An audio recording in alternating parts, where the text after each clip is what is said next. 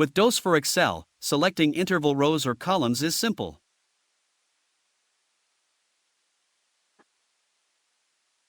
After selecting your range, choose the interval and the number of rows to select. In this example, it will select 2 rows for every 3 rows. To select every row within the selected range, check the Select Entire Rows option.